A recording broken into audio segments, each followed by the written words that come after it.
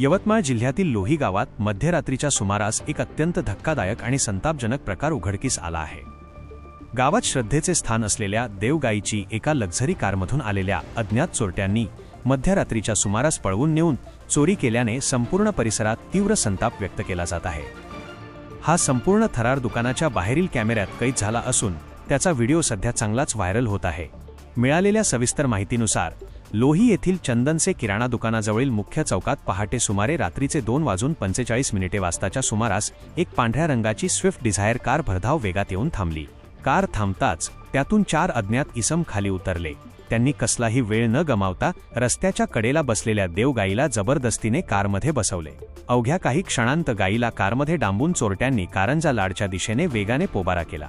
दरम्यान कारचा आवाज आणि संशयास्पद हालचाली लक्षात येताच गावातील उपसरपंच राजू हळदे यांच्यासह काही स्थानिक गावकऱ्यांनी तत्परता दाखवत लगेचच आपल्या वाहनांनी चोरट्यांच्या कारचा पाठलाग सुरू केला। मात्र रात्रीच्या अंधाराचा फायदा घेत आणि कारचा वेग अतिशय प्रचंड असल्याने चोरटे निसटण्यात यशस्वी झाले। गावकऱ्यांनी बऱ्याच अंतरापर्यंत पाठलाग केला, परंतु भरधाव गाडीचा सुगावा न लागल्याने त्यांना माघारी फिरावे लागले। या घटनेमुळे लोही आणि लगतच्या परिसरात भीतीचे व तीव्र संतापाचे वातावरण निर्माण झाले आहे।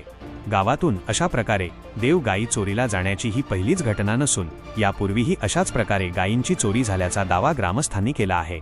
त्यामुळे या भागात गोवंश चोरी करणारी एखादी मोठी व संघटित टोळी सक्रिय असल्याचा दाट संशय व्यक्त केला जात आहे।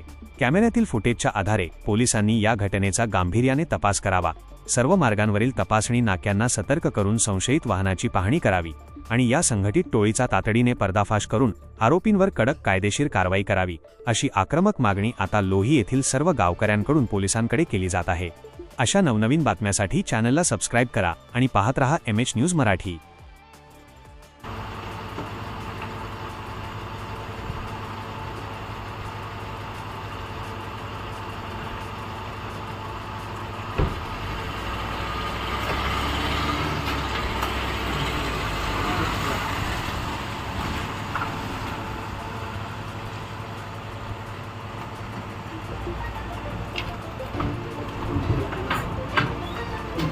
अबे भरून गेले ना घरी आला काय काढला